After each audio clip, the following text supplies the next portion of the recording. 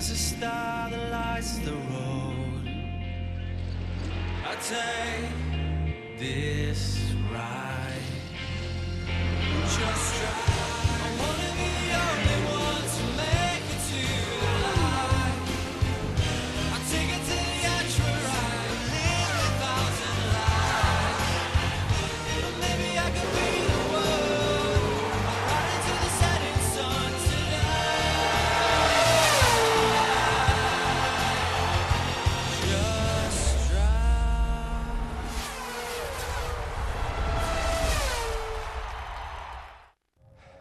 Well, hello, welcome. It's Ask Crofty, day 2 of the first Bahrain Test, the second pre-season test ahead of 2014, and we've ventured out of the media centre like all good journalists should do to listen to this. Now that, Pete the cameraman, is perfect timing. We couldn't have chosen it any better. Sebastian Vettel is out on the track after all the problems Red Bull had yesterday. They've got some running in today, and we can finally have a listen to the sound of the new cars. Or we'd have a listen to some more if there were any out on the track.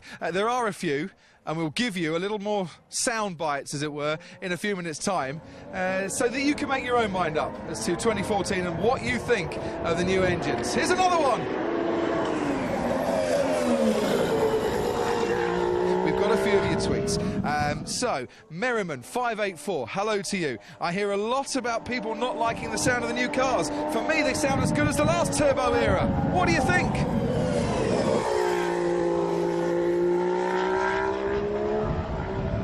It's very raspy. And you can hear when the driver comes off the loud pedal the sound of the ERS units, the KERS, the kinetic energy, and then the heat recovery, the turbo just kicking in, and it's a different sound, is all I'm going to say on this one. Whether we like it or not, I don't think we can judge until we get to Melbourne and we get 22 cars on the grid. But I don't think it's a bad sound, it's just a different sound. There'll be some more coming our way in a moment. The sound of these engines is a real letdown, says Paul Ashcroft. Being trackside of the new engine sounding nice yet, says Neil Robbins. We'll find out again when another car comes around. When will you let us hear the cars, says Paul Rob Brighton. That's why we've come down here, so you can hear the sound of these cars. And Adam M. Gower says, what's your favourite 2014 car in terms of looks? I don't think my favourite livery has been revealed just yet. But the 6th of March, we might just see my favourite livery being revealed. It's all its glory. Right. Pete, zoom in at the far end of the straight, this back straight. We have a car coming. Let's have a listen.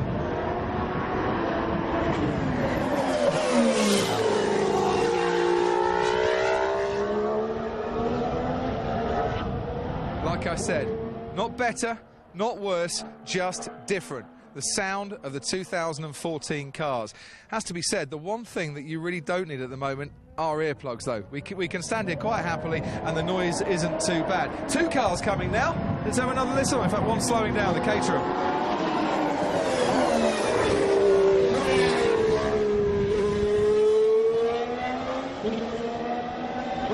Kamui Kobayashi chasing Kevin Magnussen. And talking of Kevin Magnussen, we had a little treat a little bit earlier on this afternoon. We got some time with the new racing director at McLaren, Eric Boulier, who's not really spoken an awful lot to the press yet since he took his new job.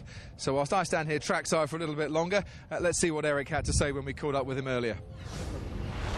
So that's what the cars sound like then. Love them, hate them, they are here to stay for the foreseeable future, and I'm sure you'll give me all your views. Hashtag Ask Crofty as to what you think of the new sound of Formula One in 2014. So many things have changed.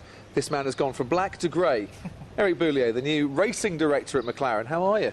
Very well, thank you. Good man. We caught up with you yesterday and had a little chat about Kevin Magnussen, but I thought it was only right and proper, as you kind of here at a racetrack in McLaren uniform for the first time, that we had a longer chat. And, well, first of all, what do you think of the new sound of the cars? Well, I think it's racing sounds first, which is important, I think, for the fan and for everybody.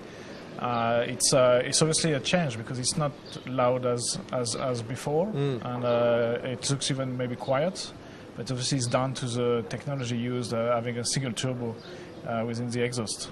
Yeah, it's quiet at the moment because I don't think anyone's out on the track, to be fair. But even if they were, we could sit here and have a conversation in the paddock without having to shout. So for the good This of my is new. voice, It's it is good for new. the voice. We But- like it. It's all new for you. Ryan Harris has tweeted us at hashtag #AskCrofty. You've been with McLaren for a few weeks. How has life been so far for you? Very intense, obviously. Long hours in the office just to get obviously the right temperature from this new organization and obviously this prestigious one. So, but very excited, and I got a very nice welcome from the people who's working there. Did you know a lot of the people before you came in? I mean, everyone seems to know everyone in Formula One. Yes, yeah. I mean, maybe after 20 years I would have the same position, but not after 4 years. No, I didn't know not much people there. I mean, yeah, some people obviously that you met at every race, but not much. You see, I've never been a boss before, but walking into a new factory and having to learn everybody's names in the first couple of weeks, that would be the hardest thing for me, even as a commentator. But MCDRF wants to know, what has your focus been in the first few weeks of the job? What are the first things that you've been trying to do? Well, as I said before, obviously, it's try to understand this organization. I mean, every team has its own, let's say, process, org chart, and way of working and thinking, and it's just to understand and get him on me and what. Obviously, we all want to win, but we need to get how they proceed. So your focus is purely racing, performance, and making sure the car goes faster. That's your responsibility, yeah? Exactly. So not a bad job. Yes, but I think it's down to this new organization, if you want. I mean, the Formula One teams has changed a lot over the last 2 decades. Now it's a huge organization, and you cannot spend, let's say, as much time as you would need to run such a big organization. I mean, obviously we are traveling a lot now with 19 races, so which is more or less 4 months away from the office. Yeah. And obviously 1/3 of the year you're not in the office, so this is why we have to share a little bit the responsibilities now that, let's say, a team principal role would have done before. So I'm in charge of, let's say, performance and racing, and try to make the best out of the organization. And some other people are in charge of other part of the team. It's interesting, isn't it? Because Formula One changes and it evolves. You could argue, as you say, that team principal role, it kind of doesn't exist in Formula One these days. It has to be many things. It's probably impossible for one person to be many things. Yeah, it's true. This is what actually Ron and I have discussed, and went to this conclusion that we should maybe change a little bit the historical part of the job titles. See, years ago, a team principal would never be sat here answering your questions sent in on Twitter as well. Paul Fraser at hashtag AskCrofty says, what, in Eric's opinion, is the biggest challenge he'll face to ensure that McLaren are back on top this season? This question is very good. I think I've got a few challenges in my mind today, which obviously I'm not going to make public, because this is down to us to do our own job at home and make sure we deliver on track. This is what is important. Is that sort of organisational staffing changes, that sort of general topic? Exactly. So you could argue it's not Eric's fault that McLaren had a bad season last year, but it probably is your fault because you were at Lotus then and you were beating them in the race, you see. And at Check Watt says, what will you need to do as a team in order to consider this, your first season at Woking, as a success? I think every day I have to wake up and think I want to play my job and clearly bring the best to this team and make sure we, as an organization, we deliver the performance side, which obviously is important.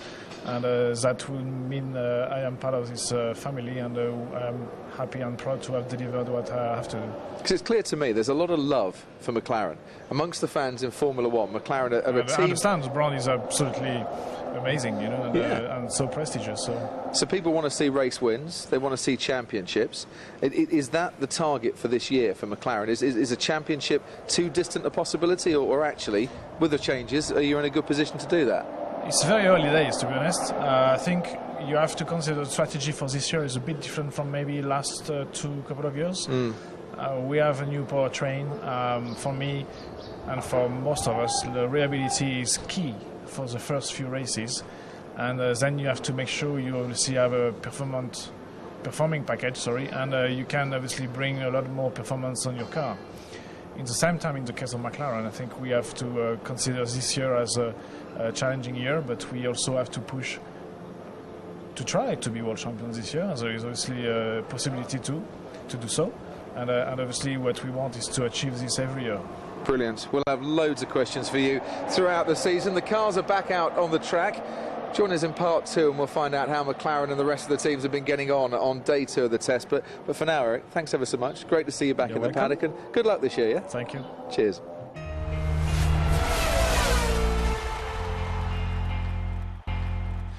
Well, welcome back to hashtag Ask Crofty. It's day 2 of the test here in Bahrain.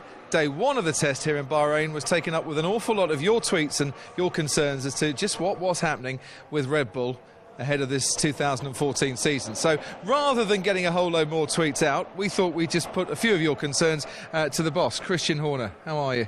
Yeah, good, thank you. You look well, and I'm trying to see for red eyes and signs of stress and tiredness, but doesn't seem to be too many on your face, so it can't be all bad in the garage at the moment. No, absolutely not. I mean, obviously the first test was difficult for us. We had a difficult day yesterday, but we still learned an awful lot yesterday. We were late getting out because we had some very last-minute parts, coming to rectify some issues that we had on our side from Jerez, but they made it onto the car. They appear to be working, and Renault's making progress as well. So yeah, that's what testing's all about. When you say the first test was difficult, do you really mean the first test was a bit of a nightmare? Because 21 laps it is not enough for any team, let alone a team that wants to win a 5th World Championship.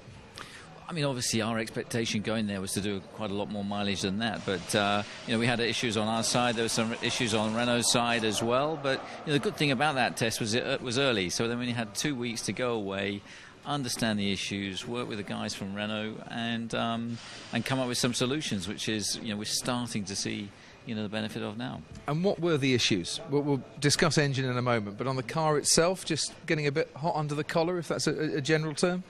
Yeah, I mean, for sure we were getting a bit warm in a few areas, but we've managed to tidy that up, and that's not an issue here in Bahrain, where obviously the temperatures are significantly higher. So we are on the back foot a bit. We'd have liked to have had more mileage under our belt, but the collaboration we have with Renault is extremely strong. It's yielded, all 47 of our Grand Prix victories so far have come with Renault power, and there's a great working relationship between the teams. So, I'm confident now as we move into the second part of the testing that we should start to hopefully make up ground quickly.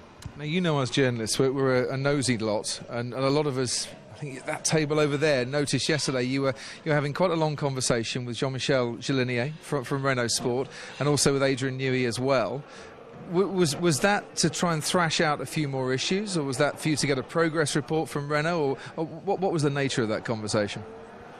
Well, if you were watching, Adrian wasn't involved in that conversation, so he was involved in he other... just sat there. No, he wasn't even there, so he was involved in other discussions. But no, I mean, of course, it's important that we keep updated regularly, our side and Renault's side, what's going on. I mean, it's a massive regulation change on the power unit side, and they're complex pieces of equipment, and it's no issue or no secret that Renault have struggled a little bit with the energy recovery side of this new package, but they're getting on top of that very quickly, because it's mainly software driven rather than hardware driven, and I think that they're very capable people there, and sometimes to find the limit you've got to go over it.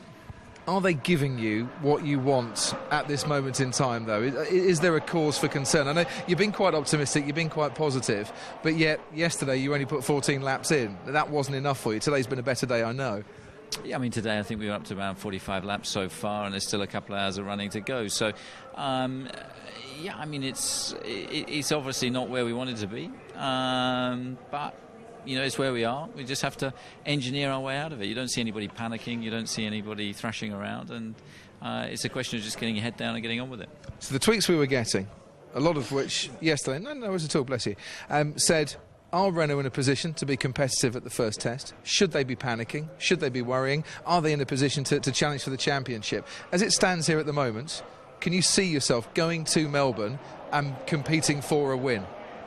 Well, today you'd have to say Mercedes look the favourite, or Mercedes-powered team look absolutely the favourite, and we're on the back foot a bit, but it's a long year. It's a tough championship, and it's not all won in winter testing. So we're working through our problems, but we've got some ground to catch up. But we've got a great team of engineers, a great relationship, and an engine partner in Renault, and as I say, nobody's panicking just yet. And just finally, at what stage do you start to work on performance rather than reliability then? Because that's the bit that's going to hold you back. You can get reliability eventually, but if you've not thought about the performance angle, that's going to put you on the back foot, isn't it? Well, we're obviously getting an awful lot of data off the car at the moment, so performance-wise, we're starting to get an idea of what the car's behaviour is like and so on. But the most important thing is to get reliability, drivability, and all of those basic parameters under control. These engines have got to do an awful lot of mileage this year. They've got to do an awful lot of events. So you've got to cover the basics. You've got to do the pre-starts, the laps to the grid, the aborted starts, all of those kind of things, pit stops, all that kind of stuff. You've got to sign all that off before going to Melbourne. Thanks, Christian. Great to talk to you. Thanks very much. Christian Horner with us here in the paddock at Red Bull. As Christian mentioned, a lot more laps by the Red Bull team today. Just how many? You want to know what happened in the test? Well, let's give you a roundup of today's events. Dr. Helmut Marko. That was the man who was meeting with Jean-Michel Jalinier and Christian Horner. They were just sat up there, and when we stopped talking to Christian, he explained to me that please don't confuse Adrian Newey with Dr. Helmut Marko. They just don't like it, so apologies for that one, the good doctor. Anyway, Red Bull today. When we left Christian, the miles and the laps continued for Sebastian Vettel. And to be fair, Red Bull think they had a really positive day today. Yes, Sebastian Vettel was 7th in the timesheet, but he got in, 58 laps, which is an awful lot more laps than they've managed to put in testing so far. And they have learnt a huge amount about the car today by getting those laps in. So I think Red Bull, fairly positive day when it comes to testing. Whether we'll see Daniel Ricciardo tomorrow with a big smile on his face, well, that remains to be seen. But they have certainly got issues that are contributing to the unreliability. They think they're getting on top of that now. Where are we? Mercedes. Decent day for Mercedes as well. Where are we? Nico Rosberg, 85 laps, 136.965 for his best time. 4th fastest overall. I was talking to some of the photographers that were out on the track, and they were saying that if you just look at the cars without thinking about lap times, the Mercedes still looks the best on the track. And they're the ones that are taking photos lap after lap after lap. They had issues this morning with sensors. It got them in the garage and staying in the garage a lot longer than they would have wanted. But to still get in 85 laps, another productive day for Mercedes. Pete, let's move on down here and see who's about. Ah, yes, McLaren over there. Little huddle going on outside McLaren tonight. And a lot of pats on the back for Kevin Magnussen as well. I wonder if Kevin Magnussen is down there at the moment. No, he's not. He should be taking a well-earned rest. 1:34.9, he was the fastest man on the track. That time compares to Kimi Raikkonen's 1:34.1, which was the fastest FP2 time here in Bahrain last year. It's about 2.5 seconds down from pole, but we're not looking at pole laps, even though Magnussen was on the super soft tyres when he set that time. It was 2 seconds quicker, though, than the fastest lap time that we had in the race last year. But the team really happy with Kevin Magnussen, who came in right at the end and put his car into reverse in the pit lane and just reversed back just a few yards. But that was planned because he hadn't put the car into reverse before, and they wanted to just to make sure he could do it. They also had a few telemetry problems at McLaren as well today. 46 laps only. That was their major issue that kept them in the garage. Romain Grosjean going off for a jog. I'll see you on the track in... Another lap. I'll be there. See? And he's still revelling in the glory of last night's countdown maths answer. See, utter genius. Romain Grosjean didn't do much today on the track, I'm afraid. He might be doing 3 laps tonight, but he only did 18 laps in the car.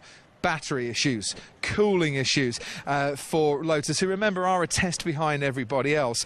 But on a day when they announced their new partnership with Renault for engines for 2014 and beyond, it was a frustrating day out on the track. I caught Alan Permain, one of their chief technical guys, and he was saying it's really frustrating. We're not getting the laps in that we want at the moment.